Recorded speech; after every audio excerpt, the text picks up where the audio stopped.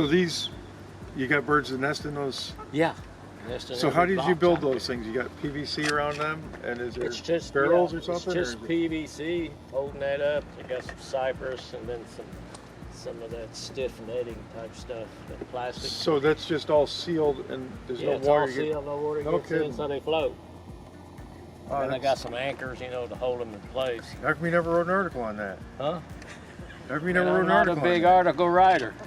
But that's something everybody wants to know. I've about told stuff people like that come in here, you know, how to do them, you know, that's about it.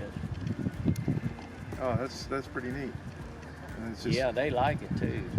Yeah. Shovelers, nested, blue-winged teal, shilohs,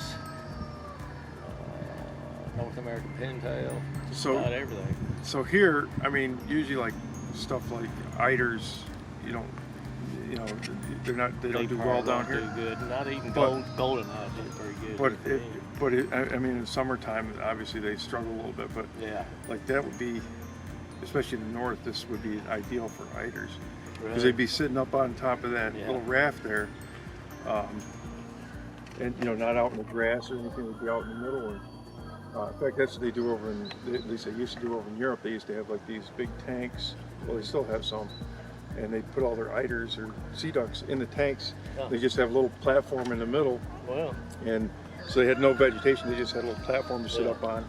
And you know, during the season where you know you're most likely to have aspergillosis, like in the fall time. I won't get this thing out. Yeah. And he made a And turtle the trap females like are that pin- too. pinion. What's that? Showed him Turtle trap. your turtle trap. Man, we've got lots of Where's your turtles. turtle trap? It's very simple. Right there.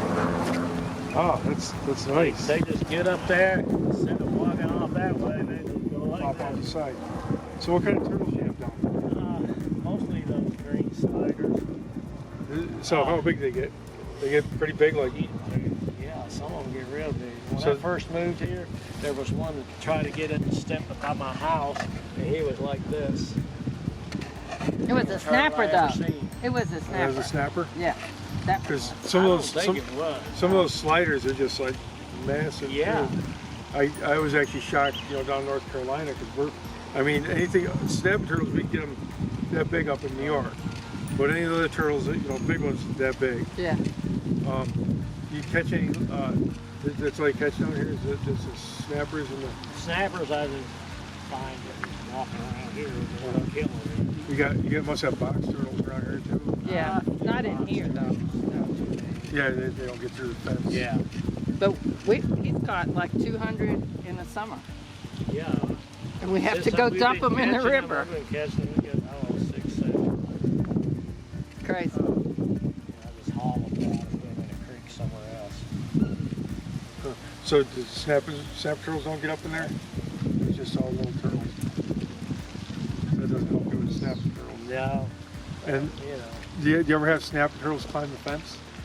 Big snapper turtles? No, I've had some trying to get in the fence, but you know, from the outside, I've seen them when I'm checking Yeah. the fence and stuff. Because I've had them up in New York in years past.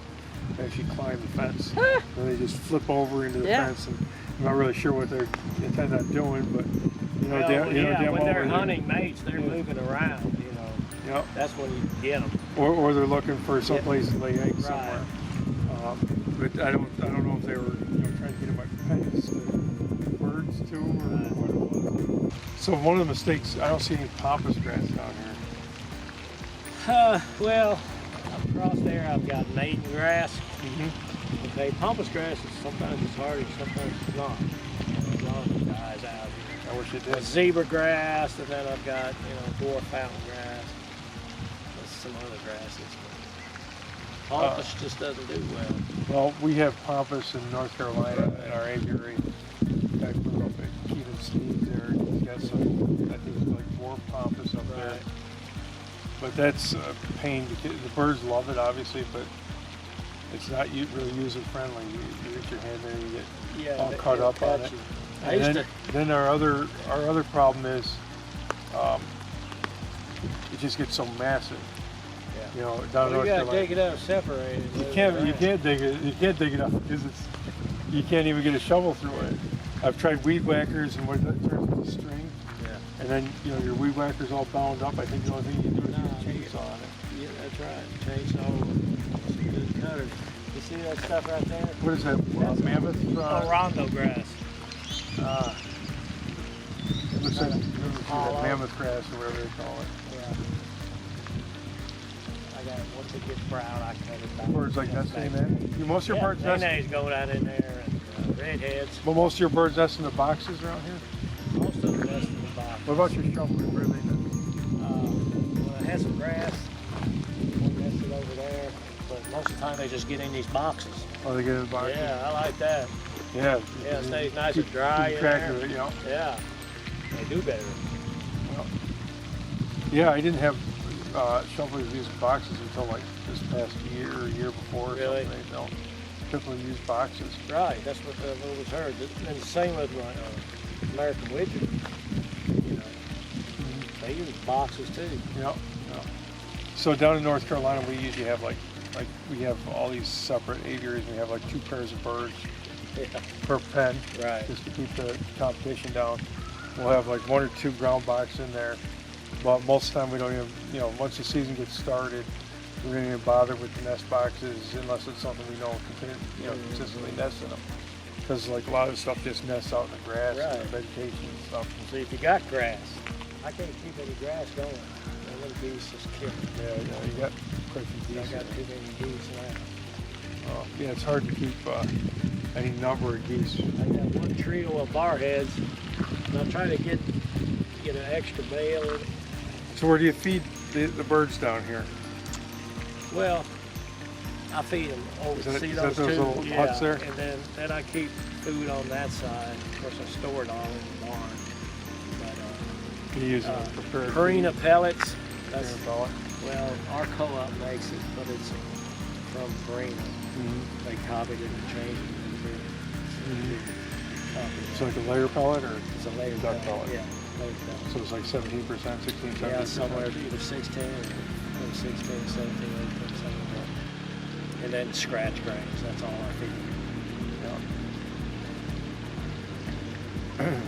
And what do you feed the ducklings? You got the same, they're producing food for you in there too? Well, I can't. I just go to a local place and get just a starter, you know, chickens, ducks, and just whatever like that. You use anything like mealworms or? No, egg, when I boiled had egg, hooded, or- I used mealworms. It was a hassle. Cost too much. Didn't I see hoodeds over there? You know, and then hooded, I thought I saw only hoodies have over one there. pair left. Oh. It's in that pit. You know, they'll eat that duckweed. Oh, they'll eat the duckweed Yeah, too? I've after a never- while, I thought, man, they're eating duckweed. I don't need mealworms, you know. Yeah. That's what the co-op makes. I gotta go pick up another pallet.